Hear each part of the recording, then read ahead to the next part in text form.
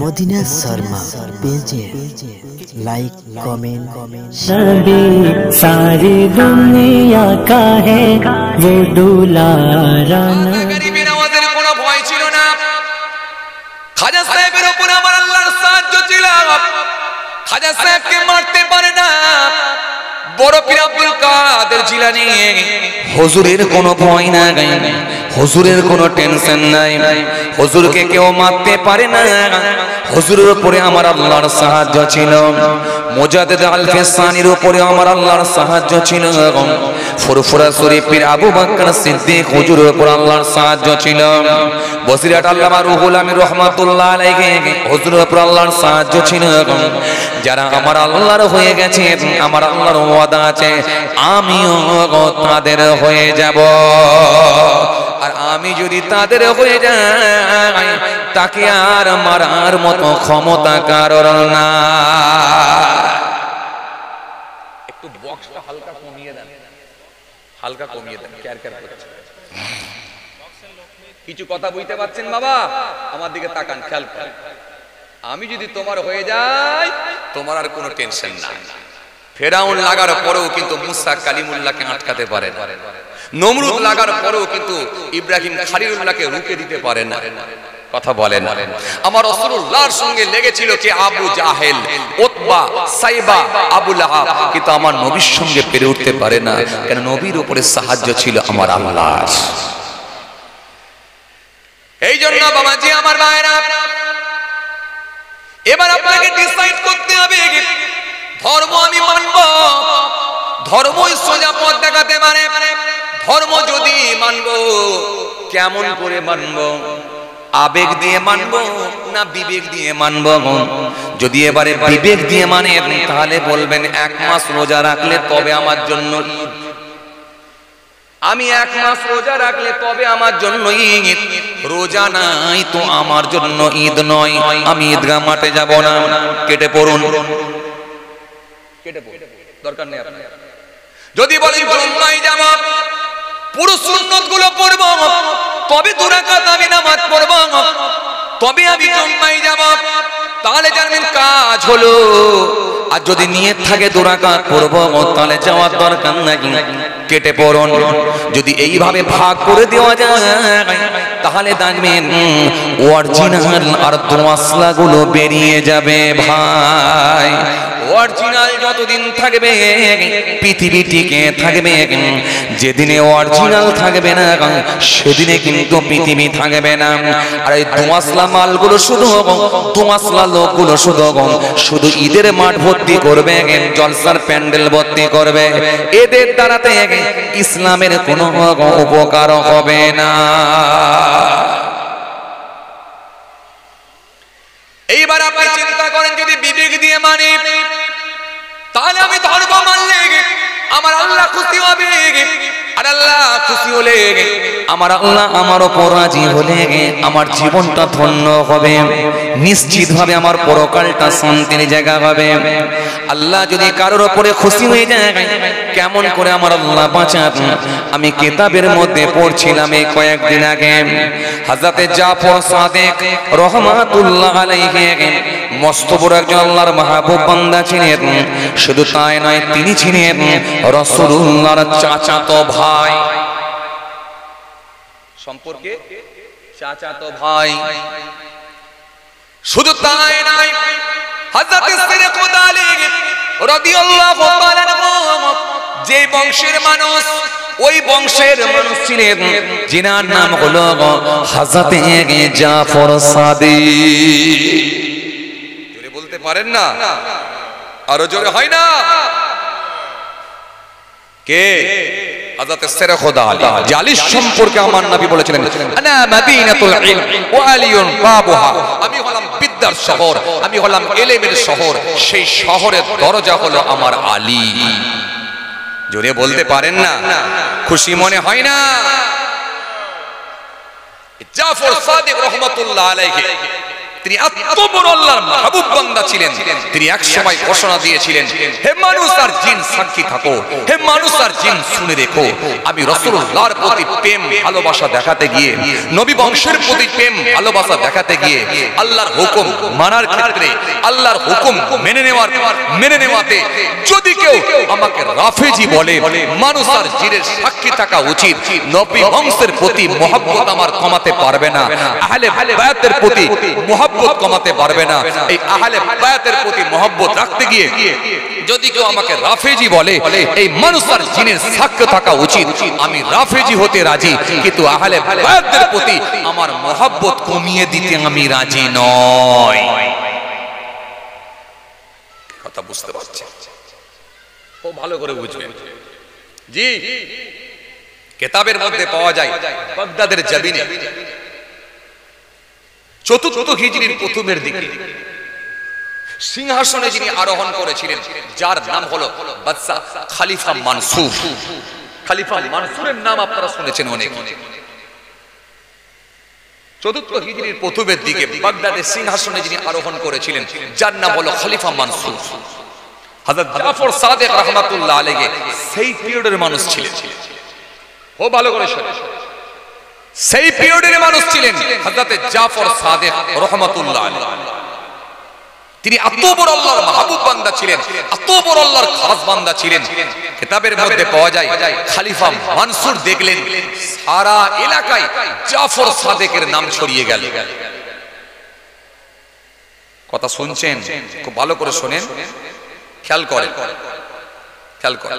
সারা এলাকায় জাফর সাদিকের নাম ছড়িয়ে গেল। সারা এলাকায়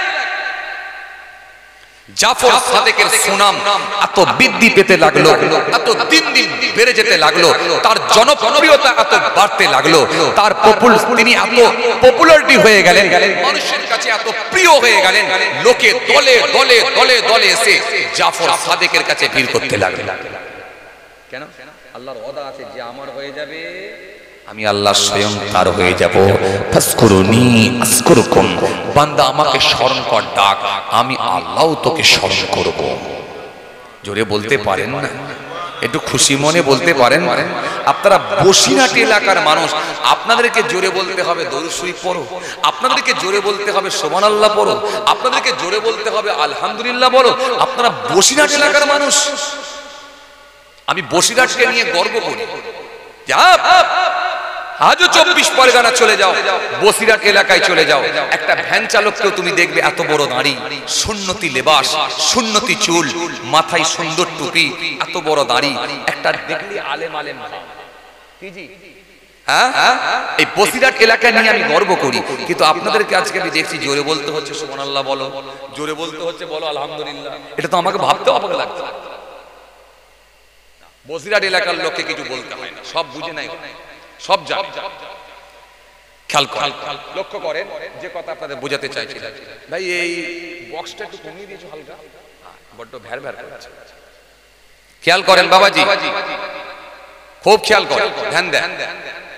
জাফর সাদিক রহমাতুল্লাহ আলাইহি তিনার পরিচিতি বেড়ে গেল।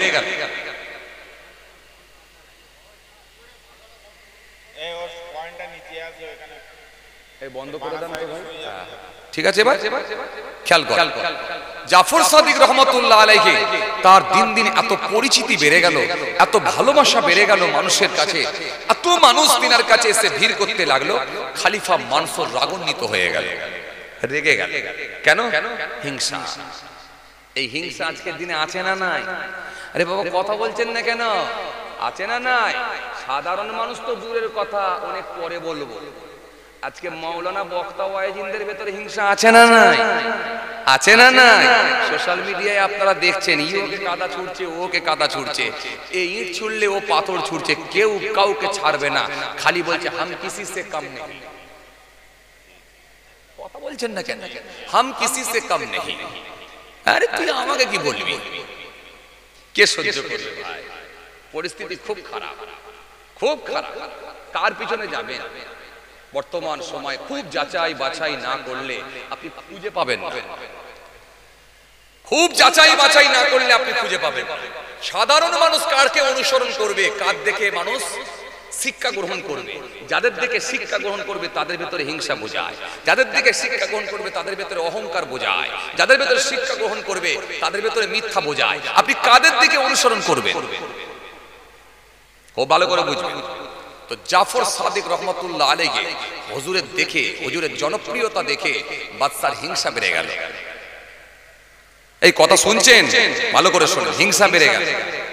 এই হিংসা আজকের দিনে মানুষের ভেতরে, বক্তাদের ভেতরে, ওয়াইজিনদের ভেতরে, হুজুরদের ভেতরে, ইমাম সাহেবদের ভেতরে, হাফেজ সাহেবদের ভেতরে, সাধারণ মানুষের ভেতরে, সবার ভেতরে হিংসা ঢুকে আছে না?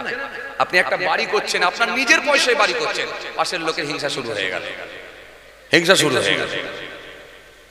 কোরআন শরীফের মধ্যে আল্লাহ রাব্বুল আলামিন এই জন্য বলেন অমিন শাররি হাসিদিন ইযা হাসাদ, নবী বলো আমি হিংসুদের হিংসা থেকে পানাহ চাই। কোরআন শরীফের মধ্যে আল্লাহ বলেছেন, নবী হাদিস পাকের মধ্যে বললেন ইয়াকুমুল হাসাদা ফা ইনতাল হাসাদ ইয়াকুলুল হাসাদ কামা তাকুলুন নারুল হারাম। আল্লাহ নবী বললেন হিংসা থেকে তোমরা বেঁচে থাকো, হিংসা থেকে তোমরা দূরে থাকো, হিংসা থেকে তোমরা বিরত থাকো। কেন? আগুন যেমন কাঠকে খেয়ে দেয়, আমি নবী বলছি হিংসা তেমন আমলকে খেয়ে। কি হবে? তুই মাওলানা হয় কি হবে? তুমি হুজুর হয় কি হবে? তুমি বক্তা হয় কি হবে? তুমি ওয়াইজিন হয় কি হবে? তুমি পীর সাহেব হয় কি হবে? তুমি মুফতি সাহেব হয়। তোমার ভেতরে যদি হিংসা বুঝাই থাকে, মনে রাখো নবীর হাদিস, আগুন যেমন কাঠকে খেয়ে নেবে ওই রকম ভাবে হিংসা তেমন আমলকে খেয়ে নেবে। আপনারা বসেন, হয় বসেন না হলে খসেন, দুটোর মধ্যে একটা করে। তবে একটা কথা শোনেন, একটা কথা শোনেন, চলে যাওয়ার থেকে দাঁড়িয়ে থাকা ভালো, আর দাঁড়িয়ে থাকার থেকে বসে পড়া ভালো। কথা মনে বুঝতে পারেন, বুঝতে পেরেছেন কি বলছি?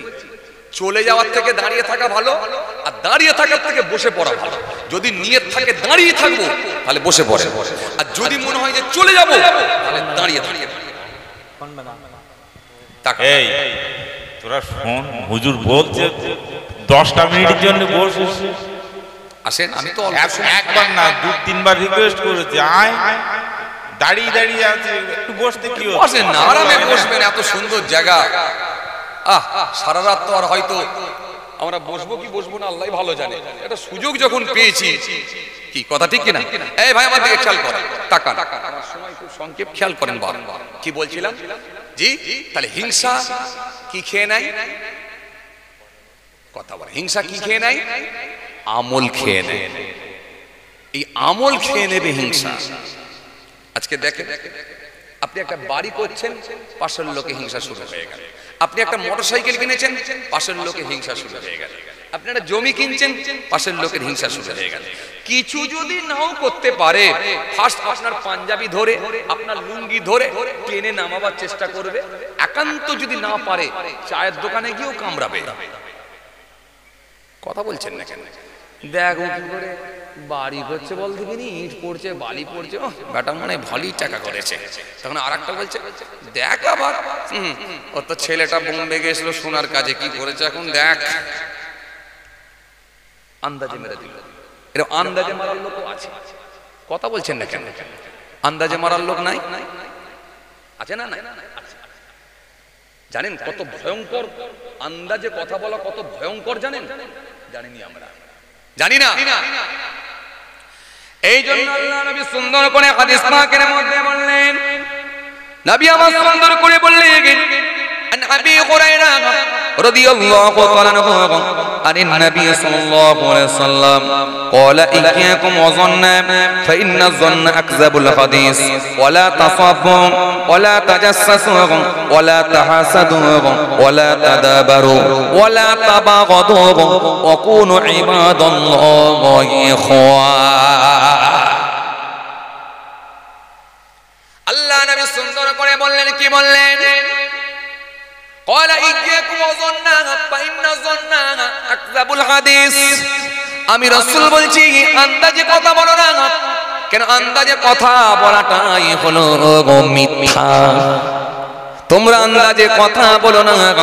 আমি নবী বলছি আন্দাজে কথা বলাটাই হলো মিথ্যা। আমাদের সমাজে দিকে যদি দেখিয়ে দেবেন ভালো ভালো লোক, দাড়িওয়ালা, টুপিওয়ালা, নামাজি, ও বাবাজি আমার ভাইরা, এরা দেখেন আন্দাজে কথা বলে সব পাপের সঙ্গে সম্পৃক্ত হয়ে নিজের আমলগুলোকে বরবাদ করে ফেলছে। এরকম বহু মানুষকে আপনি দেখতে পাবেন। আন্দাজে কথা বলে, আপনারা মানে বুঝতে পারেন না, আন্দাজে কথা বলে কেমন জানেন? একটু মিসাল দিলে ভালো বুঝবেন। কেমন জানেন? খুব ভালো করে বুঝবেন।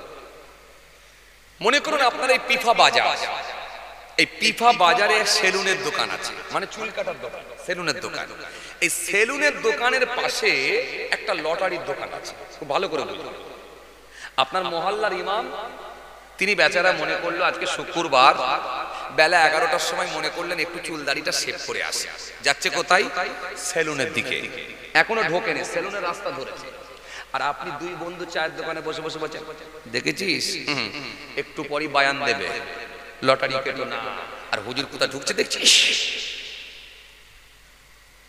কথা মনে বুঝতে পারেননি না? আমার বুঝতে পেরেছেন তো? তুমি প্রথমেই কমেন্ট করলে, তোমার তো ভাবা উচিত আগে পুরো ঘটনাটা দেখি কি হলো, হুজুর কোথায় ঢুকলো আগে দেখি, সেটা না দেখে আন্দাজে কমেন্ট করে দিলে। নই বলছে এইটাই হলো মিথ্যা, এই আন্দাজে কথা বলাটাই হলো মিথ্যা। কথা কিছু বুঝতে পারছেন? এই আন্দাজে এইটা কথা বলাটাই হলো মিথ্যা। ভাইরা আমার বুঝতে পারছেন এই যে কত ভয়ঙ্কর কথা, কত ভয়ঙ্কর গুনাহ, কত ভয়ঙ্কর গুনার সঙ্গে আমরা সম্পৃক্ত হচ্ছি আমরা নিজেরা জানি না। এজন্য কাল কিয়ামতের ময়দানে বহু দাড়িওয়ালা, বহু টুপিওয়ালা, বহু নামাজি, বহু জুব্বাওয়ালা খালি শরীয়ত শরীয়ত শরীয়ত বিরোধী কর্মের সঙ্গে সম্পৃক্ত থাকার কারণে, শরীয়ত বহির্ভূত কর্মের সঙ্গে সম্পৃক্ত থাকার কারণেতে এই মানুষগুলোকে জাহান্নামে যেতে হবে। দুনিয়ার মানুষ হিসাব দিয়ে দেখেছে, তার অ্যাঙ্গেলে দেখেছে লোকটা ভালো লোক, মুখে দাঁড়িয়ে আছে, তার অ্যাঙ্গেলে দেখেছে লোকটা নামাজি, তার অ্যাঙ্গেলে দেখেছে মাথায় টুপি, সে মানুষটা দেখেছে লোকটা ভালো লোক, ভালো লোক, ভালো লোক, কিন্তু আল্লাহর খাতায় ভালো লোক নয়। সে আন্দাজে কথা বলতো, আল্লাহর কথায় সে ভালো লোক নয়, তার মধ্যে অহংকার ছিল। আল্লাহর খাতায় সে ভালো লোক নয়, তার মধ্যে যথেষ্ট অহমিকা ছিল, যথেষ্ট তার ভেতরে অহমিকা ছিল। আল্লাহর খাতায় সে ভালো লোক নয়, যথেষ্ট তার ভেতরে হিংসা ছিল। এমন কিছু গুনাহ তার ভেতরে লুকিয়ে ছিল যেগুলো প্রকাশ পায়নি, মানুষের কাছে প্রকাশ না হওয়ার কাছে লুকিয়ে ছিল ভালো লোক, কিন্তু আল্লাহর খাতায় সে ভালো লোক নয়। ইন্নাল্লাহ লা ইয়ানজুরু ইলা সূরাতিকুম ওয়া আমওয়ালিকুম ওয়ালাকিন ইয়ানজুরু ইলা কুলুবিকুম ওয়া আমালিকুম। কিছু কথা বুঝতে পারছেন বাপ? আবার বলছি, আপনারা বসিরহাট এলাকার লোক, বেশি যে বলতে হবে, বেশি জানাতে হবে এমন নয়, শুধু টাচ করলেই আপনারা বুঝবেন। সব আপনাদের জানা আলহামদুলিল্লাহ। আমি বসিরহাট নিয়ে গর্ব করি, খুব খেয়াল করেন, ধ্যান দেন। নবী কি বললেন? আন্দাজে খবরদার কথা বলো না। কিন্তু এই আন্দাজে কথা বলার লোক আজকে দেখবেন 100টার ভেতরে 80টা লোক আন্দাজে কথা বলে দেয়।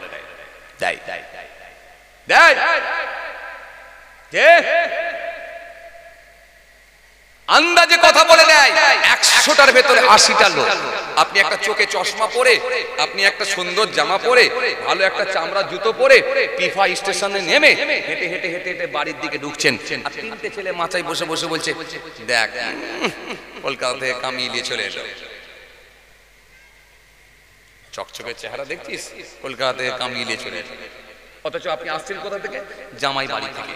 বরং কামিয়ে নিয়ে আসা তো দূরের কথা, পকেট খালি করে নিয়ে এসছেন। নাতি নাতনির জন্য, মেয়ে জামাইয়ের জন্য যা ছিল পকেট থেকে সব দিয়ে এসছেন, আপনাকে বলছে কলকাতা থেকে কামিয়ে নিয়ে চলে এলো। পুরোটাই আন্দাজ। কথা বলছেন না কেন? খুব ভালো করে বোঝেন, এটা পুরোটা আন্দাজ। আন্দাজ। এই যে আন্দাজে কথা বলা, এটা ভয়ঙ্কর গুনাহ।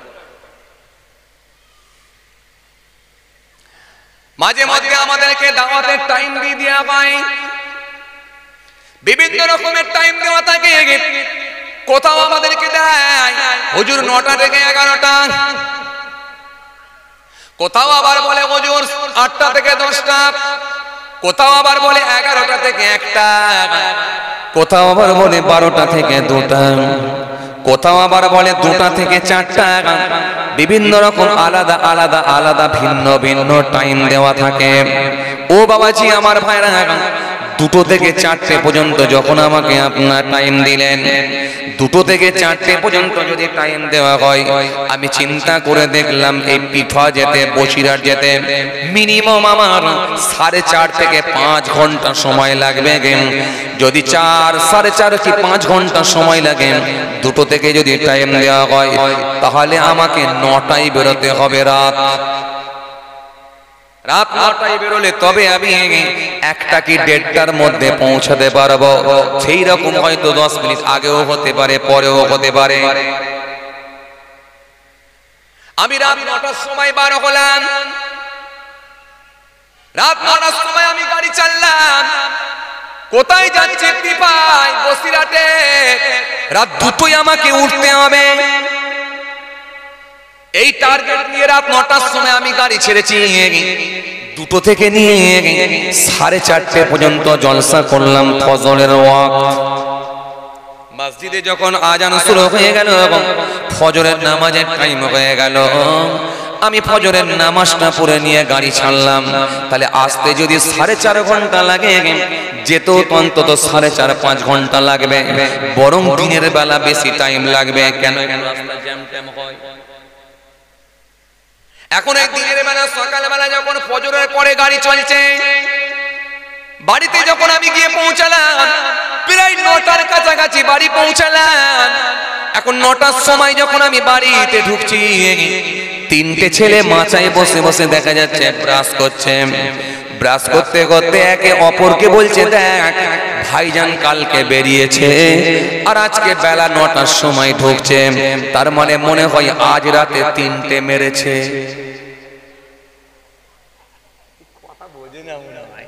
কথা বুঝতে পারছেন?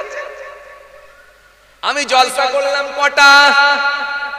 1টা, কিন্তু আন্দাজে মারলো কটা? 3টা। আর একজন বলছে 3টে যখন মেরেছে, তার মানে আজকে রাতে ভালোই মোটা অঙ্কের হয়েছে। এবারে একজন বলল রেট কত, নজরানা কত? এবারে 3 জনে 3 রকম অঙ্ক কষে হিসাব করতে লাগলো। যদি এত করে নেই তাহলে এত এত এত কত হতে পারে বলো? এত করে নিলে এত এত এত কত হতে পারে বলো?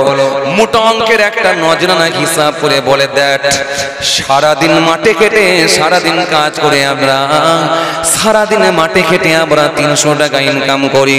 আর হুজুরদের দেখ এক রাতে দেখ কত হাজার টাকা ইনকাম। এর মাথাটা খারাপ হয়ে চুলটা ধরে টানছে। এ রাসূল বললেন, ফাইন্না যান্না আকযাবুল হাদিস, এই ধারণা করাটাই হলো গুনার কাজ, এটাই হলো মিথ্যা। পুরোটাই তুমি আন্দাজে বললে। কত নজরানা দিল তাও জানো না, কত টাকা ইনকাম করেছি তাও জানো না, কটা জলসা করেছি তাও জানো না। গোটাটাই তুমি বানিয়ে বানিয়ে আন্দাজে বললে। আল্লাহর নবী বললেন, এই আন্দাজে কথা যেন তুমি বলতে যেও না। এবার আপনি বলবেন, তাহলে ছেলেগুলো আমাকে বললো, আমি কি বলবো? আপনি এক কথায় উত্তর দেন, ভাই শোনো, কটা জলসায় গেছে আমি জানি না, যদি হুজুরকে জিজ্ঞাসা করি তবে বুঝতে পারবো। নজরানা কত দিয়েছে সেটাও জানি না, জিজ্ঞাসা করলে বুঝতে পারবো। আল্লাহু আ'লাম, তিনি ছাড়া কেউ জানে না। সুতরাং আমি বলতে পারবো না। যদি এইভাবে নিজেকে পাশ কাটিয়ে নিয়ে চলে যেতে পারেন তবে আপনি বেঁচে যাবেন। আর যদি ওদের সঙ্গে, যদি ওই সঙ্গদের সঙ্গে যদি সাথ দিয়ে যদি ওদের সঙ্গে ভিতরে জালে ঢুকে পড়েন, নিশ্চিত ভাবে আপনিও পাপী হয়ে গুনাহগার হয়ে যাবেন। নামাজ রোজা দাড়ি টুপি থাকবে, ও বাবাজি জুব্বা থাকবে, কিন্তু মানুষ পাপের সঙ্গে সম্পৃক্ত হয়ে জাহান্নামে চলে যাবে, খালি শরীয়ত ধর্ম না বোঝার কারণেতে।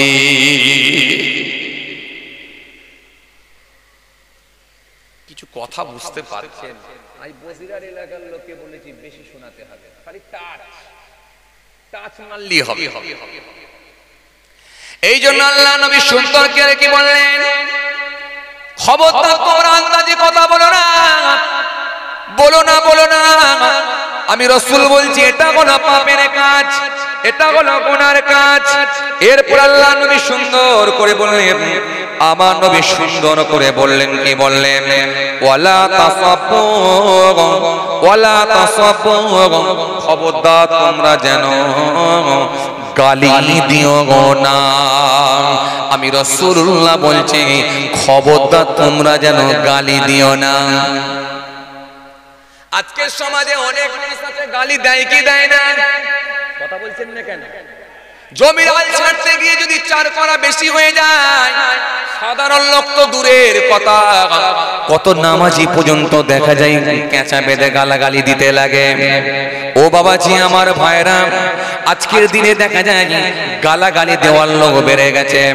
বাসে করে যখন আপনি যাচ্ছেন, ভুলবশত বাসের রড ধরে আপনি ঝুলে ঝুলে যাচ্ছেন, কিন্তু ভুলবশত বাস ব্রেক করার কারণেতে আপনার পাটা গিয়ে আর একটা লোকের পায়ে চেপে গেল। অমনি দেখে আপনি বললেন ভাই ভুল হয়েছে, সরি, কোনো কথা নয়। সে এমন ভাবে আপনাকে আক্রমণ করে, এমন ভাবে গালাগালি দেয়, যেন মনে হয় কত বড় অপরাধী আপনি, কত বড় অন্যায় করে ফেলেছেন। এরকম লোক আজকের দিনে আছে না নাই? অথচ তাদের জামা দেখলে অবাক হয়ে যাবেন। আয়রন করা প্যান্ট পরে আছে, ইস্ত্রি করা জামা পরে আছে, চুলের কাটিং আলাদা, বুকেতে টাই লাগানো আছে, চামড়ার জুতো পরেছে, কিন্তু লোকটার জবানটা পুরো নাপাক হয়ে গেছে, ভিতরটা পুরো দেখেন খারাপ হয়ে গেছে। সমাজে এমন লোক আছে না না?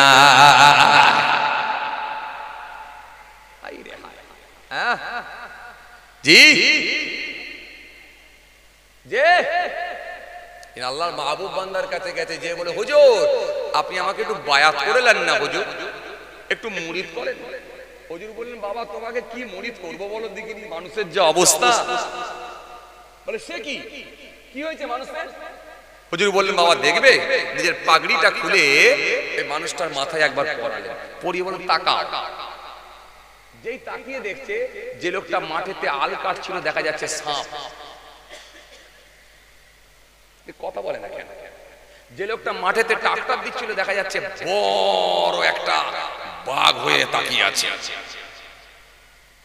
যে লোকটা রাস্তায় হেঁটে হেঁটে যাচ্ছিল দেখা যাচ্ছে সে কুকুর হয়ে ঘেউ ঘেউ ঘেউ ঘেউ করছে। বলে যখন ওই মানুষটা নিজের দিকে তাকাতে যাচ্ছে, হুজুর মাথার টুপিটা খুলে নিলেন, পাগড়িটা খুলে নিলেন, বলে বললাম বাবা তোমার দিকে দেখে তুমি কি হয়ে আছো। কথা বুঝতে পারছেন?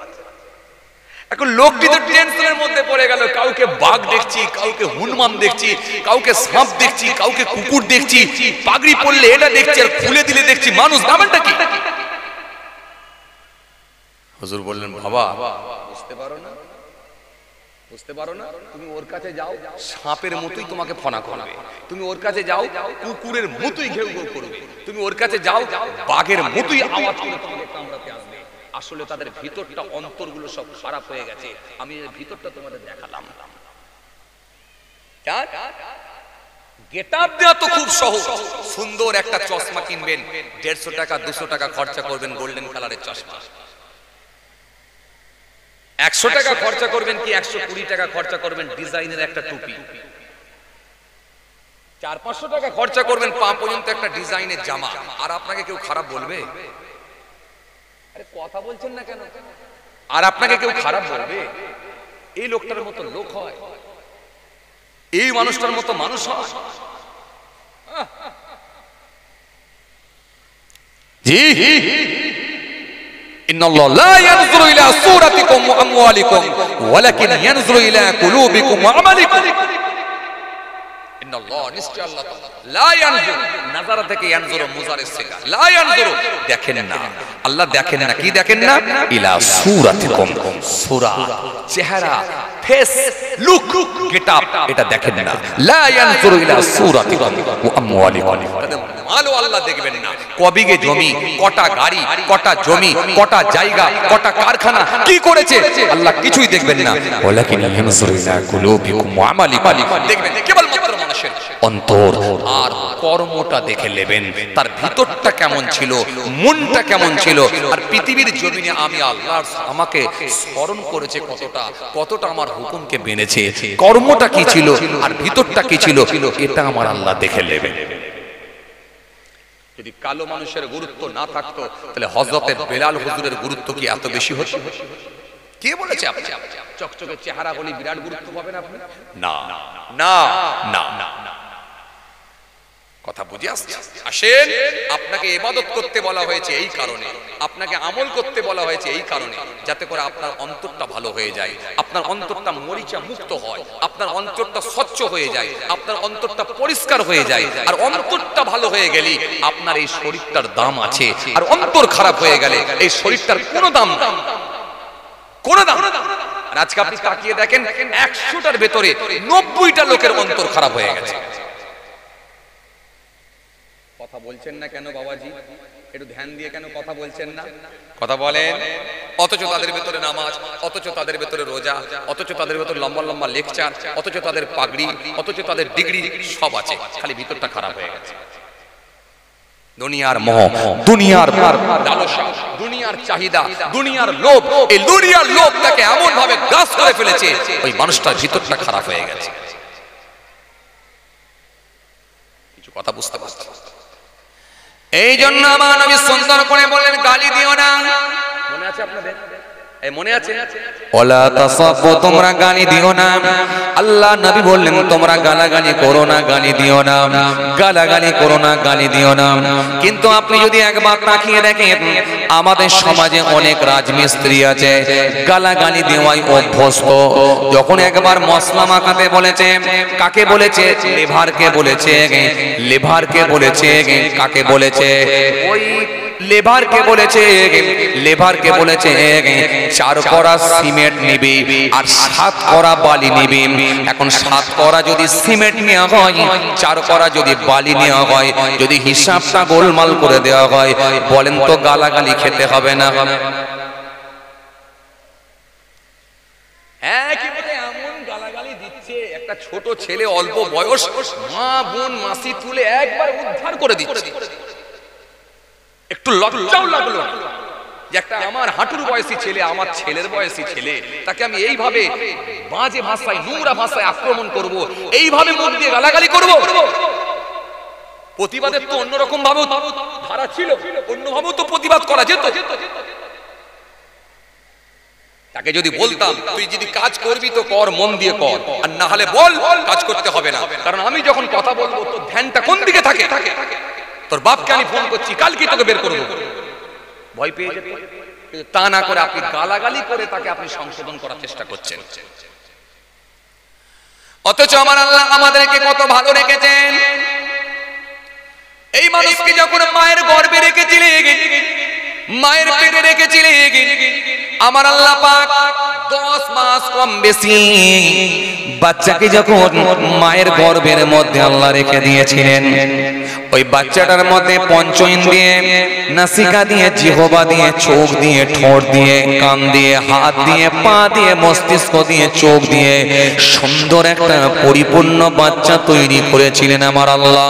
ও বাবাজি, আমার ভাইরা, এই যে মায়ের পেটের মধ্যে এতদিন ধরে ছিল, আমার আল্লাহ খাবারের ব্যবস্থা করলেন, তার মায়ের নালীর সঙ্গে, ওই বাচ্চার নালীর সঙ্গে আল্লাহ জুড়ে দিলেন। মায়ের ওই সমস্ত নাপাক রক্তটা নালীর মধ্য দিয়ে বাচ্চার খাবারের আল্লাহ ব্যবস্থা করেছিলেন। কিন্তু আমার আল্লাহ ইচ্ছা করলে নালী দিয়ে তো না খাইয়ে আমার আল্লাহ তো মুখ দিয়েও খাওয়াতে পারতেন।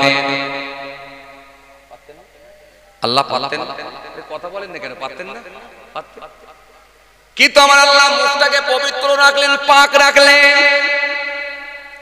নালীর মধ্য দিয়ে আমার আল্লাহ খাবারের ব্যবস্থা করলেন, কিন্তু তার মুখটাকে আমার আল্লাহ পাক রাখলেন, যাতে করে আমার বান্দা পৃথিবীর জমিনে যাবে, আমার বান্দা দুনিয়ার জমিনে আসবে, পৃথিবীর জমিনে যাবে, ভূমিষ্ঠ হবে, আহারে সে তার মুখটাকে পবিত্র রাখবো, পাক রাখবো। এই পৃথিবীর জমিনে গিয়ে তার ঠোঁট দিয়ে, তার মুখ দিয়ে আমি আল্লাহ নামে বারে বারে তাসবিহ পড়বে, আমার রাসূলুল্লাহকে ভালোবেসে দরুদ শরীফ পড়বে, আমি আল্লাহ নামে কলেমা শরীফ পড়বে, আমার হাবিবের নাম নেবে, বেশি বেশি করে কোরআন তেলাওয়াত করবে, আল্লাহ আল্লাহ করে জিকির করবে। আমি আল্লাহ তার মুখটাকে নাপাক করলাম না, মুখটাকে ঠোঁটটাকে আমি আল্লাহ পবিত্র পাক করে রেখে দিলাম। কিন্তু বান্দা পৃথিবীর জমিনে চলে এলাম, পৃথিবীর জমিনে এসে সুদের খাতায় নাম, ঘুষের খাতায় নাম, মিথ্যার খাতায় নাম, লটারির খাতায় নাম, মদের খাতায় নাম, গেঁজার খাতায় নাম, সিগারেটের খাতায় নাম। এত হারাম খাদ্য ভিতরে চলে গেল, হারাম খাদ্য খেয়ে খেয়ে তার লিভার, তার পেট, তার কল্পটা পুরো নষ্ট হয়ে গেল, খারাপ হয়ে গেল। লাস্টে তার জবানটা এত খারাপ হয়ে গেল, সে গালাগালি ছাড়া আর থাকতে পারে না। একটা রাজমিস্ত্রির কাজ করলে সেখানেও গালাগালি দেয়, একটা হার্ডওয়ার্সের দোকানে কাজ করলে সেখানেও গালাগালি দেয়, পাশেতে চললে সে ওখানেও গালাগালি দেয়, মাঠেতে যদি ফসল তুলতে যাই তাও গালাগালি দেয়, সবজির দোকানে গিয়ে সবজি কিনতে গেলে সেখানেও গালাগালি দেয়, দোকানে গেলে মুদিখানা সেখানেও গালাগালি দেয়, ক্রিকেট মাঠেতেও গালাগালি দেয়, চায়ের দোকানেও গালাগালি দেয়। অন্তত গালাগালি দেওয়ার যদি কিছুই যদি বিষয় না, সাবজেক্ট না খুঁজে পায়, গালাগালি দেওয়ার কোনো কথাই যদি না পায়, এদের জবান খারাপ হয়ে যাওয়ার কারণেতে অন্তত দেখবেন নিচের নামটাকে বারে বারে লেয়। আমার কথা ধরতে পারছেন? সবাই বুঝতে পারবেন? নিচের নামটাকে দেখবেন বারে বারে লেয়। যে ব্যক্তিটা নিচের নামটাকে বারে বারে নেয়, জানবেন তার কল্প খারাপ হয়ে গেছে, তার লিভার খারাপ হয়ে গেছে, তার ভিতর সব খারাপ হয়ে গেছে। এই জন্য গালাগালি ছাড়া সে থাকতে পারবে না, এই জন্য নিচের নামটাও বারে বারে নিচ্ছে। তার মানে তার মুখটাকে সর্বসময় সে নাপাক করে রাখবে। কিছু লোক আছে দেখবে মুখ দিয়ে নাপাক জিনিসটার নাম সব সময় লেয়।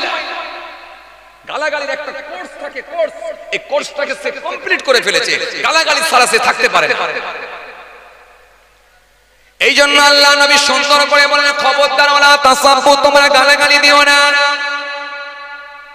আমি নবী বলছি গালাগালি দিও না, গালাগালি করো না, গালাগালি করে নিজের ঠোঁটটাকে খারাপ করে ফেলো না, জবানটাকে খারাপ করে ফেলো না। আমি আল্লাহ বলছি, আমি নবী বলছি গালাগালি করো না। আল্লাহ নবী সুন্দর করে বললেন, তারপরে কি বললেন? আল্লাহ নবী সুন্দর করে বললেন, ওয়ালা তাজাসসু, তোমরা অন্যের দোষ ত্রুটিগুলোকে খুঁজে খুঁজে খুঁজে খুঁজে বের করো না। আমি রাসূলুল্লাহ বলছি তোমরা অন্যের দোষ ত্রুটিগুলোকে খুঁজে খুঁজে খুঁজে খুঁজে বের করো না। কেননা হাদিস পাকের মধ্যে পাওয়া যায়, আল্লাহ নবী বলেছেন, যে ব্যক্তিটা মানুষের দোষগুলোকে ঢেকে রাখবে, কাল কিয়ামতের ময়দানে আমার আল্লাহ তার দোষ ত্রুটিগুলোকে ঢেকে দেবে। জোরে বলতে পারেন না? আল্লাহু আকবার। এখন তো মাইকের লোকের দোষ ত্রুটি খুঁজে খুঁজে বার করা হচ্ছে, কথা বলছেন না কেন? হ্যাঁ, কিছু মানুষ আছে দেখবেন শুধু মানুষের দোষ খোঁজা অভ্যাস, কথা বলে না। অথচ যদি নিজেকে একবার কোশ্চেন করতো, আমার দোষগুলো খুঁজে বার করি, সব ধরা পড়ে যেতাম। কিন্তু অন্যজনের খালি দোষ খুঁজে বার করে। ও কি করে বাড়ি করলো, ও কি করে জমি করলো, ও কি করে গাড়ি করলো, ও কত টাকা ইনকাম করে, ও কি করে ভালো খাবার খাচ্ছে, সব সময় লোককে নিয়ে ব্যস্ত হয়ে যায়। কিন্তু নিজেকে যদি একবার কোশ্চেন করতো, আমি দুতলা বাড়ি কেমন করে করেছি, আমি গাড়িটা কেমন করে কিনেছি, আমি কি করে কারখানা করেছি, আমি কি করে ইনকাম করছি, যদি নিজের প্রবলেম, নিজের দোষ ত্রুটিগুলোকে খুঁজে খুঁজে বার করতো, তাহলে ওই মানুষটা স্বচ্ছ হয়ে যেত, ওই মানুষটা নিজেকে পেয়ে যেত, নিজে কতটা অপরাধী সেটা সে নিজে বুঝতে পারত। আর নিজের অপরাধের কথা যখন মনে করে আল্লাহর কাছে মাপ চাইতো, ওই মানুষটাই হয়তো বেঁচে যেত। কিন্তু সারাটা জীবন যতদিন বেঁচে রইল খালি লোকের দোষ ত্রুটি খুঁজে খুঁজে বার করার চেষ্টা করে, একবারও নিজের কথা নিয়ে একবারও ভাবে না। কি কথা ঠিক বলছি না ভুল বলছি? এমনকি কিছু মানুষ আছে দেখবেন, দোষ যদি খুঁজে নাও পায়, প্রতিবেশী লোকেদের দোষ না খুঁজে পেলে শেষে এমনকি ইমাম সাহেবকে পর্যন্ত ছাড়ে, কথা বলে না, মহল্লার ইমামকে পর্যন্ত ছাড়ে না। এমন কিছু লোক আছে, ইমাম সাহেবের কোনো দোষ নাই, ইমাম সাহেবের কোনো দোষ নাই। ইমাম সাহেব কাপড় কাচবেন বলে বেচারা বেলা 11টার সময় একবার মুদিখানা দোকানে গেছেন একটা কাপড় কাচা সাবান কিনতে। আর ওই সময় আপনি গেছেন ইমামের কাছে মুরগি জবাই করতে। কথা মনে হয় বোঝেন, বুঝতে পারছেন? ওই সময় আপনি গেছেন ইমামের কাছে মুরগি জবাই করতে, আর ইমাম গেছে কাপড় কাচবে বলে সাবান কিনতে। যখনই দেখেছেন ইমাম নাই, আপনার মাথা গরম, আমার শালা বাবু এলো। আর ইমাম যদি দেখে টাইমে যদি না পায়, তাহলে ইমাম রেখে লাভটা কি হলো? চলো এবারে ইমামের পেছনে খুঁচা মেরে যে কোনো ভাবে তাড়াতে হবে। বলো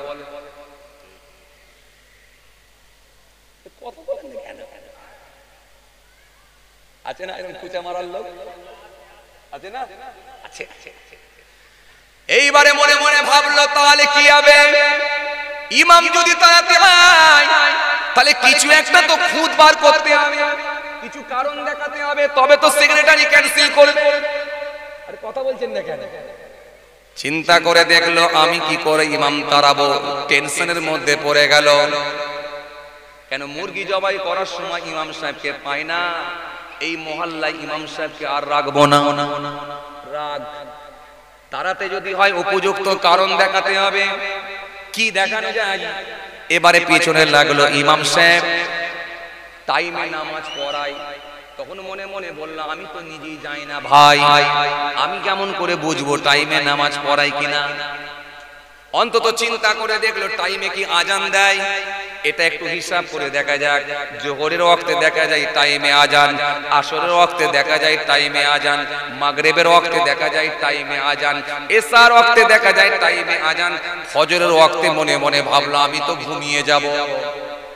কিন্তু ইমাম আজান দিয়ে চলে গেলে তাহলে সব বেকার হবে।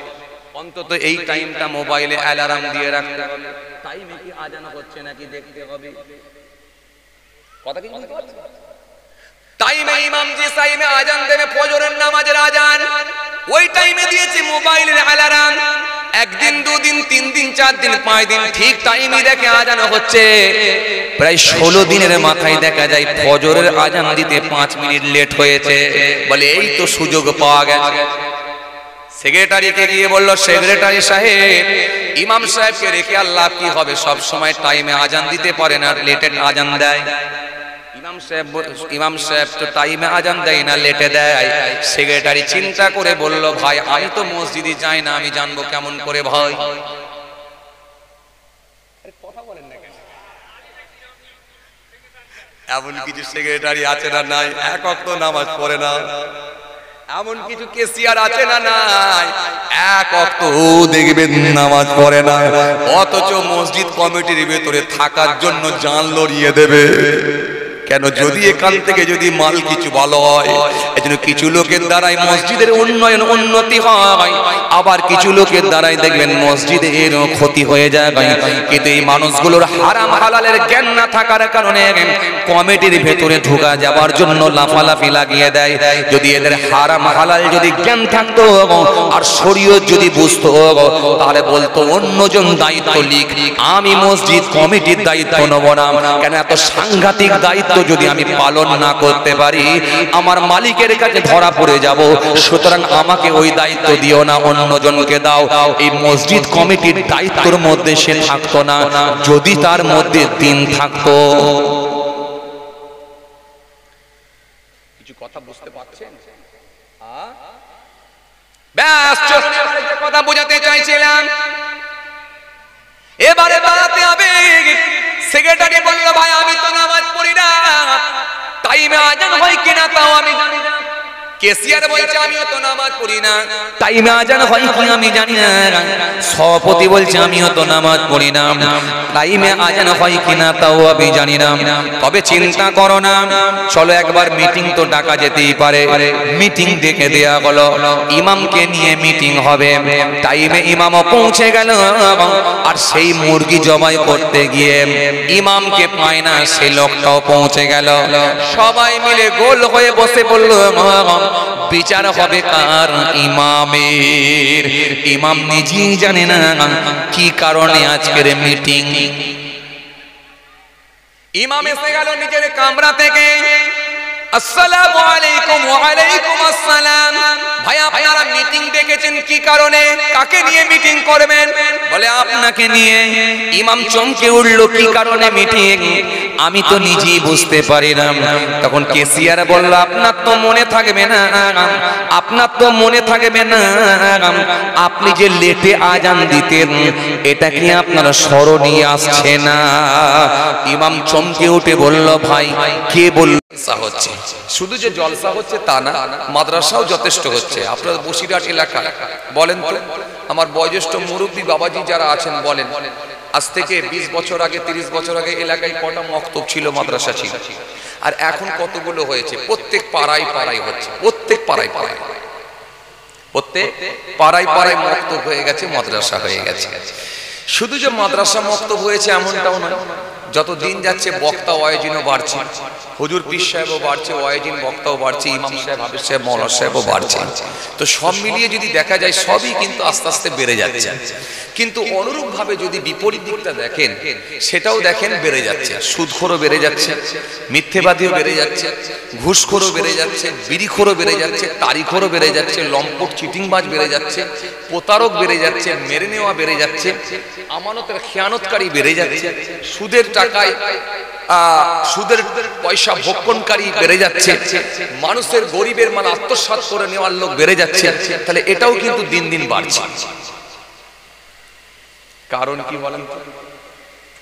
এত জলসা, এত মাদ্রাসা, এত হুজুর, এত বক্তা, এত ওয়াইজিন হওয়ার পরেও এই দিকটাও বাড়ছে কেন? এই দিকটাও বাড়ছে কেন? কারণ কি বলেন তো? অথচ আমরা জুম্মার দিনে দেখলে আমরা গোটা মসজিদ ভর্তি আমরা জুম্মার লোক দেখছি, কথা বলেন। অথচ যদি আমরা জুম্মার দিনে দেখি ওপরতলা দুতলা ভর্তি, সামনে বারান্দা ভর্তি, মাটির সামনে যে চত্র বা মসজিদ প্রাঙ্গণে তিরপল বিছিয়ে দিলে সেখানেও ভর্তি, ঈদের দিনে গোটা ঈদের মাঠটা ভর্তি হয়ে যাচ্ছে। সব টুপিওয়ালা, পাঞ্জাবিওয়ালা, খুশবু টুসবু বেঁকে একবার সব লাইন লাগিয়ে দিয়েছে। ব্যাপারটা না, ব্যাপার হচ্ছে এখন তৎকালীন সময়ের মানুষগুলো ধর্ম মানত বিবেক দিয়ে, আর এখনকার দিনের বেশিরভাগ মানুষ ধর্ম মানে আবেগ দিয়ে। কথা কিছু বুঝতে পারছেন না? আবেগ দিয়ে। এই আবেগ আর বিবেক তফাৎ আছে। এই যে ছেলেগুলো এসেছে একবারও বসবে না, ওরা মাকে কিন্তু বলেছে আমরা জলসা শুনতে যাচ্ছি, কথা মনে বোঝে না। ওরা ওর মাকে বলেছে যে মা আমি জলসা শুনতে যাচ্ছি। কোথায় রে? টিফাই জলসা হচ্ছে জানো না? আর এসে দেখেন ঘুরছে কোথায়? বাজারে, মেলায়, সব দেখেন পুরো টাইমটাই ওখানে কাটায়। যাবার সময় ঘরে বিরিয়ানি নিয়ে চলে যাবে, বলবে মা জলসা থেকে বিরিয়ানি নিয়ে এসেছি। কথা বুঝতে পারছো? এই আবেগ আর বিবেক, আর বিবেক দিয়ে যদি দেখতো তাহলে এই ধর্ম মানুষকে ভালো করে দিত। কিন্তু আমরা আবেগ দিয়ে ধর্ম দেখছি বলে আমরা এখনো ভালো হতে পারি না, যার কারণে সুদখোর, মদখোর, বিড়িখোর, তারিখোর, লম্পট, চিটিংবাজ, প্রতারক দিন দিন বেড়ে যাচ্ছে। কেন? ইসলাম ধর্মটাকে আমরা আবেগ দিয়ে দেখি, বিবেক দিয়ে নয়। কেমন? ধর্ম করতে হবে, কিন্তু ধর্মকে নিজের মতো করে মানতে হবে। ধর্ম দিয়েছে কে? আল্লাহ। হুকুম কার? কথা বলতে হবে হুকুম কার? আল্লাহ। মানতে হবে সবার। আর আমরা কি বলছি? ধর্ম সবার, মানো যে যা।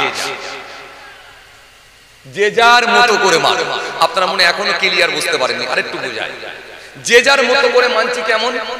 কিছু মানুষ আছে দেখবেন 1 মাস রোজা রাখে, সারা মাস তারাবি পড়ে, তারপরে ঈদের দিনে ঈদের নামাজ পড়তে যায়, আর মনের ভেতরে একটা আল্লাহর প্রতি তার আন্তরিকতা ভালোবাসা তৈরি হয়, আর বারে বারে আল্লাহকে আল্লাহ এই 1 মাস রোজা রাখলাম, না খেয়ে কাটালাম, উপোস থাকলাম, তুমি যদি দয়া করে কবুল করো তবে আমি নাজাত পাবো। আর কিছু মানুষ আছে দেখেন 1 মাস রোজা হলো, একটা রোজাও রাখে, একদিনও তারাবিতে যায় না, একটা দিনও রোজা রাখে না, কিন্তু ঈদের দিনে ফাঁস কাতারে গিয়ে পাঞ্জাবি পায়জামা পরে মাথায় টুপি টাপা দিয়ে এত খুশবু টসবু মেখে কায়দা কারণ করে এমন ফাঁস কাতারে দাঁড়াবে, দেখলে মনে হবে যে 3 মাস রোজা রেখেছে দাঁড়িয়েছে। কিছু কথা বুঝতে পারছেন? এরা হচ্ছে বিবেক দিয়ে ধর্ম মানে না, এরা আবেগ দিয়ে মানে। করতে হবে, মানতে হবে। জুম্মার দিনে দেখেন কিছু মানুষ সকাল সকাল গোসল করে ওযু করে মসজিদে চলে যায়, তাহিয়াতুল ওযু, দখলাল মসজিদ, কাবলাল জুম্মা, বাদাল জুম্মা, আখিরি জোহর, ইমামের পেছনে 2 রাকাত ফরজ, সুন্নত, নফল, পুরো নামাজ কমপ্লিট করে দিয়ে ঘরে আসে। আর কিছু মানুষ আছে দেখবেন একবারে ছুটে গিয়ে ইমাম সাহেব যখন আল্লাহু আকবার তখন পেছনে দাঁড়িয়ে গেল, 2 রাকাত পড়ে নি মাছু। ডিসাইড করতে হবে ধর্মটা কেমন করে মানব। কেন? ধর্ম আল্লাহ মানতে বলেছে, ধর্ম আপনাকে ভালো করে দেবে, মানুষকে সোজা পথের দিকে ধাবিত করবে, মানুষকে সোজা রাস্তায় অগ্রসর করবে। ধর্ম এসেছে ভালো করার জন্য, ধর্ম আপনাকে আল্লাহ দিয়েছেন ভালো করার জন্য। কিন্তু এই ধর্মটাকে আমরা শুধুমাত্র ফর্মালিটি মেনটেন করছি, শুধুমাত্র নিয়ম মেনটেন করছি, শুধুমাত্র আমরা ধর্মকে সাইনবোর্ড হিসেবে বানিয়েছি, যার কারণে এই ধর্ম আমাদের কোনো উপকারে আসছে না। আপনি একটা গাড়ি কিনেছেন, আমার মতো হুজুরের কাছে গেলেন, হুজুর একটা গাড়ি কিনেছি, হুজুর চাবিটা একটু ফু মেরে দেন, হুজুর হুজুর চাবিটা ফু মেরে দিলেন, হুজুর একটা মাদুলি দেন, হুজুর গাড়ি স্টিয়ারিং এ বাঁধবো, হুজুর স্টিয়ারিং এ বেঁধে দেওয়া হলো, হুজুর একটা মাদুলি দেন হাতে বাঁধবো, আমি নিজে ড্রাইভিং করব, হাতে বেঁধে দেওয়া হলো, একটা তাবিজ দেওয়া হলো। সবকিছু কমপ্লিট করে নিয়ে ছেলেটা যাওয়ার সময় যখন পিফার দিকে যাচ্ছে, ফুল দমে গান চালিয়ে দিল, দিয়ে বলছে মাদুলি তো বেঁধে দিয়েছি, আর অ্যাক্সিডেন্ট হবে নাকি? অথচ ওই ছেলেটাকে যদি আপনি দেখেন পা থেকে মাথা পর্যন্ত একটা নবীর সুন্নত দেখাতে পারবেন, একটাও নবীর সুন্নত দেখাতে পারবেন। অথচ যদি ওই ছেলেটাকে আপনি দেখেন, ওর সঙ্গে যদি 24 ঘন্টা ঘোরেন, একটাও আল্লাহর ফরজ মানে না, একটাও আল্লাহর ওয়াজিব মানে না, একটাও সুন্নত মানে না, অথচ শুধুমাত্র চাবিতে ফু মেরে আর শুধুমাত্র মাদুলি স্টিয়ারিং এ ঝুলিয়ে দিয়ে বেরিয়ে গেল। ডিসাইড করুন, ধর্ম এরকম নয়। এই ধর্ম যারা মেনেছেন তারা এক একজন আল্লাহর মাহবুব বান্দা হয়ে গেছে। আল্লাহ ধর্ম দিয়েছেন মানার জন্য, মানলে কি হবে? তোমরা ভালো হয়ে যাবে, ভালো করার জন্য আল্লাহ ধর্ম দিয়েছেন, মানতে বলেছেন। সারা পৃথিবীর মানুষ যদি নামাজ না পড়ে আমার আল্লাহর কোনো ক্ষতি হবে না, সারা বিশ্বের মানুষ যদি রোজা না রাখে আমার আল্লাহর কোনো ক্ষতি হবে না, সারা পৃথিবীর মানুষ যদি নবীর সুন্নতগুলো না মানে, সুন্নতে মুআক্কাদা যদি না মানে, সুন্নতে গায়ের মুআক্কাদা যদি না মানে, আমার রাসূলুল্লাহর কোনো ক্ষতি হবে না। কিন্তু আল্লাহ মানার নির্দেশ এই জন্য দিয়েছেন যাতে করে মানুষ পৃথিবীর জমিনে শান্তিপূর্ণভাবে জীবন যাপন করতে পারে, পৃথিবীর জমিনে মানুষ যাতে একটা সিস্টেমেটিক চলতে পারে, পৃথিবীর জমিনে একটা যেন সংবিধান থাকে, একটা আইন থাকে, একটা ল থাকে, একটা কানুন থাকে।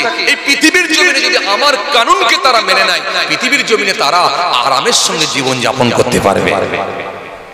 তাদের মধ্যে হিংসা থাকবে না, মেরে নেওয়া থাকবে না, কেড়ে নেওয়া থাকবে না, প্রতারণা থাকবে না, হত্যা থাকবে না, চুরি থাকবে না, অহমিকা থাকবে না, মেরে নেওয়া থাকবে না, আপনার গীবত থাকবে না, পরচর্চা থাকবে না। পৃথিবীর জমিনে নেগেটিভ কাজগুলো ছেড়ে দেবে আর পজিটিভ কাজগুলো করবে। তা'মুরুনা বিল মা'রুফ ওয়া তানহাউনা আনিল মুনকার। আল্লাহ স্পষ্ট কোরআনের মধ্যে বলেছেন যদি তারা মেনে নেয় এই পৃথিবীর জমিনে তারা ভালো হয়ে যাবে। ভালো হয়ে গেলে কি হবে? আমি আল্লাহ বলছি তাদেরকে আমি বেনিফিট করব, বকশিশ করব, আমি আল্লাহ বকশিশ দেব, তাদেরকে পুরস্কার দেব, পুরস্কৃত করব। ইন্নাল্লাযীনা আমানু ওয়া আমিলুস সলিহাত কানাত লাহুম জান্নাতুল ফিরদাউসি নুজুলা। নিশ্চয়ই যারা ঈমান এনেছে আর সৎ কর্মগুলো ভালো কাজগুলো করেছে তাদের জন্য রয়েছে আমার জান্নাতুল ফিরদাউস। কিন্তু আমরা ধর্ম মানছি কিরকম করে? ওই যে বললাম, এই কারণে দেখেন আজকে সব শুধু মুসলমান নয়, আপনি যে কোনো কমিউনিটির দিকে দেখেন কেউ ধর্ম মানে, মুষ্টিগত মানুষ খালি ধর্ম মানে বলে পৃথিবীটা এখনো টিকে আছে। যেদিন এই মুষ্টিগত মানুষ ভালো মানুষ থাকবে না, বিশ্বাস করেন সেদিনে কিন্তু পৃথিবী থাকবে না। সব ভণ্ডামি করলে হবে না। গোটা পৃথিবীর দিকে তাকান, যে কোনো কমিউনিটি, যে কোনো জাতির দিকে আপনি তাকান, ধর্মের যে বিধান, ধর্মের যে সিস্টেম, সেই সিস্টেমেটিক ধর্ম ওরা মানে না। যদি সিস্টেমেটিক মানতো তাহলে একটা মানুষকে পিটিয়ে পিটিয়ে মেরে ফেলতে পারতো না। কথা বলে একটা মানুষকে তারা পিটিয়ে পিটিয়ে মারতে পারতো না। যদি সিস্টেমেটিক মানতো তাহলে কোন মনীষীর নামে, কোন দেবতার নামে, কোন স্রষ্টার নামে, যেই হোক, যে কোনো কমিউনিটির হোক, সে মুসলমান হোক, হিন্দু হোক, খ্রিস্টান হোক, বৌদ্ধ হোক, যে কোনো ধর্মের হোক না কেন, সে কোনো মনীষীর নামে, সে কোনো ধর্মের নামে বাড়ি ভাঙতে পারত না, মানুষকে ধর্মের স্লোগান দিয়ে হত্যা করতে পারত। ধর্ম মানে না। ধর্ম যদি মানতো সব ভালো হয়ে যেত। সে মুসলমান হোক, হিন্দু হোক, খ্রিস্টান হোক, যেই হোক না কেন, বৌদ্ধ হোক, শিখ হোক, ইসাই হোক, যাই হোক, ধর্ম মানলি তার মধ্যে উদারতা আসবে, ধর্ম মানলি তার মধ্যে মানবিকতা আসবে, ধর্ম মানলি তার মধ্যে আন্তরিকতা আসবে, ধর্ম মানলি তার মধ্যে শিষ্টাচার আসবে, ধর্ম মানলি তার কথাবার্তার ভলিউম আলাদা হয়ে যাবে, মার্জিত ভাষায় কথা বলবে যদি সে ধর্ম মানত। প্রত্যেকটা ধর্মে বলা হয়েছে মানবতার কথা, প্রত্যেকটা ধর্মে বলা হয়েছে শিষ্টাচারের কথা, প্রত্যেকটা ধর্মে বলা হয়েছে ঐক্যের কথা, প্রত্যেকটা ধর্মে বলা হয়েছে মানবতার কথা, প্রত্যেকটা ধর্মে বলা হয়েছে রিলেশনের কথা, প্রত্যেকটা ধর্মে বলা হয়েছে মানুষ হিসাবে মানুষকে ভালোবাসার কথা। আপনি যেই হন, কিন্তু আপনি ধর্ম মানেন, ধর্ম মানলে ভালো হয়ে যেতেন, আপনার মধ্যে হিংসা থাকতো না, আপনি আল্লাহু আকবার বলে কোনো মানুষকে হত্যা করতে পারতেন না, আপনি ধর্ম মানলে জয় শ্রীরাম দিয়ে কোনো মাদ্রাসা মসজিদ ভাঙতে পারতেন না, আপনি ধর্ম মানলে কোনো, মনে রাখবেন, কোনো তীর্থস্থানে যে আঘাত করতে পারতেন না। যদি আপনি ধর্ম মানতেন তাহলে আল্লাহু আকবার বলে কোনো মন্দিরে যে আপনি আক্রমণ করতে পারবেন না। মনে রাখবেন, ধর্ম আপনাকে সোজা পথের দিকে ধাবিত করবে, সোজা রাস্তায় আপনাকে অগ্রসর করবে যদি আপনি ধর্ম মানেন। আর আপনি যেহেতু সোজা রাস্তায় চলতে পারছেন না, তখন আপনাকে বুঝতে হবে আপনার মধ্যে ধর্ম নাই, ধর্মকে শুধুমাত্র সাইনবোর্ড হিসেবে ব্যবহার করছেন। হে তরুণিয়া, নওজওয়ান জামাকেরা, হে আমার মুরব্বিয়ানেরা, বাবা রাসূলকে দেখি, এই মানুষকে যদি ভালো করতে হয়, একমাত্র ধর্মই পারে মানুষকে সোজা পথের দিকে ধাবিত করতে। মানুষকে যদি ভালো হতে হয়, একমাত্র ধর্মই সোজা রাস্তা দেখাতে পারে।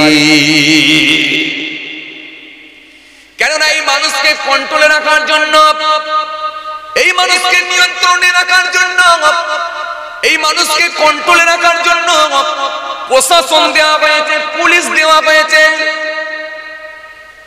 যখন মুসলমান ভাইদের ঈদের নামাজ হয়, দেখেন প্রশাসন লাগিয়ে দেওয়া হয়, পুলিশ দেওয়া হয়। হিন্দু ভাইদের যখন কোনো অনুষ্ঠান হয়, পুজো পার্বণ হয়, তখন দেখেন মোড়েতে প্রশাসন দেওয়া হয়, পুলিশ দেওয়া হয়, যাতে করে সেখানে কোনো সীমা লঙ্ঘন না হয়, যাতে করে কোনো সিস্টেমের বাইরে কেউ না চলে যায়।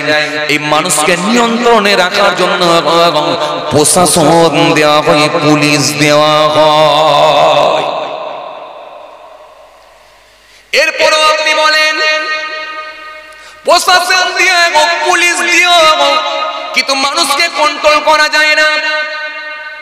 প্রশাসন থাকার পরেও মানুষ কন্ট্রোলে থাকছে না। এই জন্য দেখেন ইলেকশনের সময় মাঝে মাঝে দেখবেন, আপনি দেখবেন ইলেকশনের সময় দেখেন র‍্যাব দেওয়া হয়, বিএসএফ দেওয়া হয়, কেন্দ্র বাহিনী নামানো হয়, কারণ ওরা আরো একটু এদের থেকে আরো শাসন ওরা ভালো করতে পারবেন, ওরা হলো আরো কঠোর।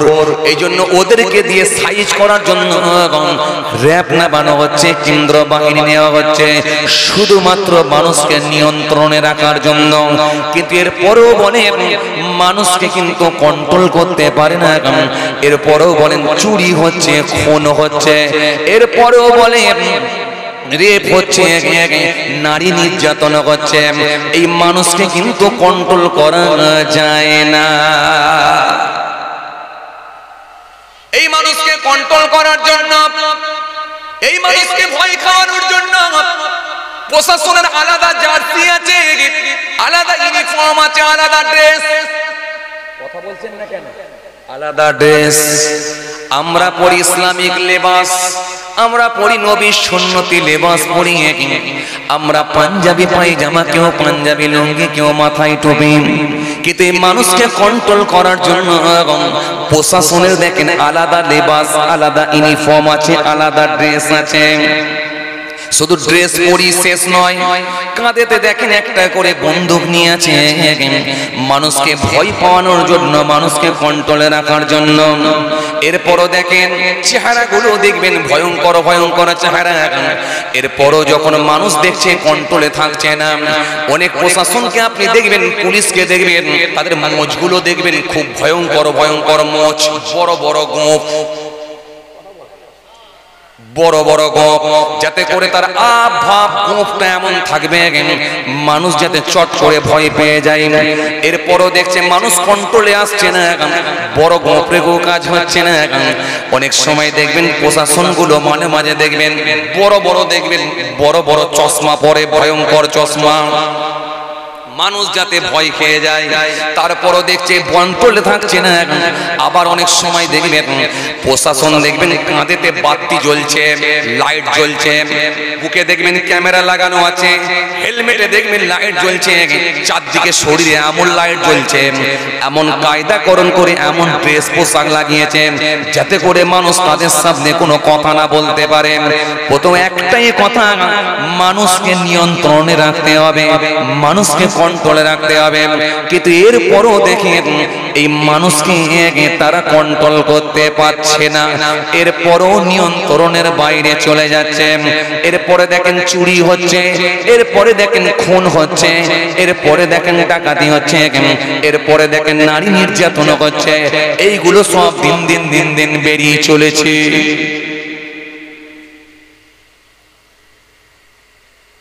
সুদটাকে তারা অ্যালাউ করে নিয়েছে, মনে করে এটা ঠিকই আছে। ঘুষটাকে তারা অ্যালাউ করে নিয়েছে, এটা মনে করে ঠিকই আছে, ঠিকই আছে, ঠিকই আছে। লটারি কাটাটাকে তারা মনে করে ঠিকই আছে। ও বাবাজি আমার ভাইরা, কিন্তু কিছু মনে করে ঠিকই আছে, আর কিছু কাজ মনে করে অন্যায় হচ্ছে। কিন্তু জানি না ভিত খারাপ হলে সব খারাপ হয়ে যাবে। কিন্তু আমার ইসলাম বলেছে সুদ তোমরা খেও না, মদ তোমরা খেও না, লটারি তোমরা খেও না, লটারি তোমরা কাটো না, ঘন ঘন যেন মদের শোরুম বানিয়ে মদ খেও না। কেন? এগুলোই হলো সূচনা। এগুলো যদি কারোর ভেতরে ঢুকে যায়, তোমরা প্রশাসন দিয়ে, র‍্যাব দিয়েও মানুষকে নিয়ন্ত্রণে রাখতে পারবে না। সুতরাং সার্বিকভাবে যদি দেখেন এই অন্যায় কাজ থেকে যদি বাঁচতে হয়, একমাত্র ধর্মই আপনাকে সোজা পথ দেখাতে পারি। কি কথা ঠিক বলছি না ভুল বলছি? হ্যাঁ, কথা বলে। কিছু অন্যায়কে তারা মেনে নিয়েছে, মদ মেনে নিয়েছে, সুদ মেনে নিয়েছে, লটারি মেনে নিয়েছে, এরকম কিছু অন্যায়কে তারা মেনে নিয়েছে। এগুলো তারা মনে করে অপরাধ নয়। এই চুরি করাটাকে মনে করে অপরাধ, খুন করাটাকে মনে করে অপরাধ, নারী নির্যাতনটাকে মনে করে অপরাধ। এই কতগুলো অপরাধের জন্য আজকে দেখেন প্রশাসনকে লাগানো হয়েছে।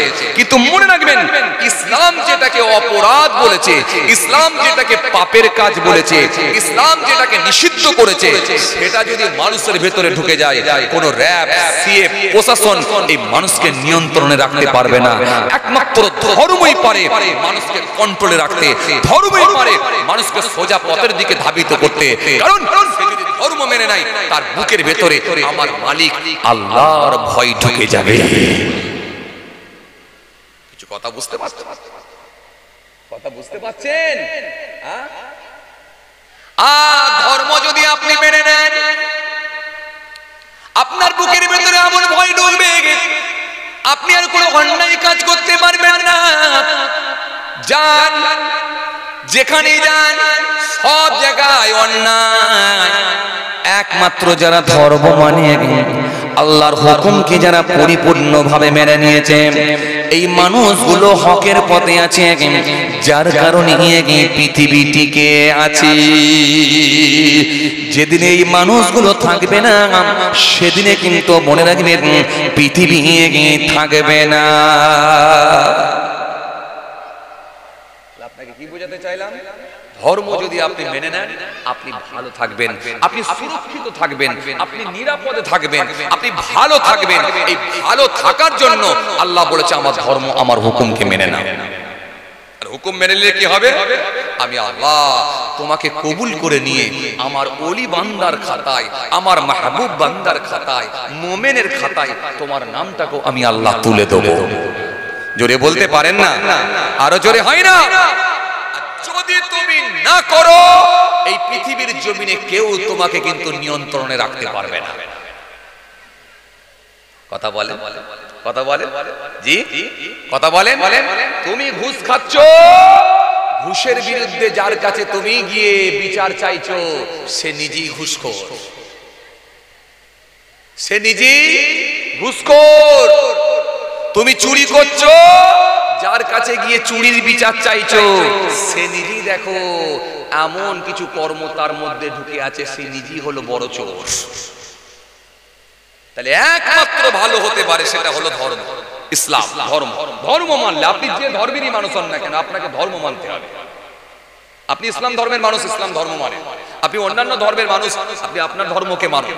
ধর্মকে ভালোভাবে মানুন, স্টাডি করুন, তাহলে আপনি ভালো হয়ে যাবেন। কিছু কথা বুঝতে পারছেন বাবাজি? বুঝতে পারছেন? আর যদি মেনে নেওয়া হয় তোমাকে আমি আল্লাহ বকশিশ দেব, প্রাইজ দেব, তোমার কোনো চিন্তা নাই।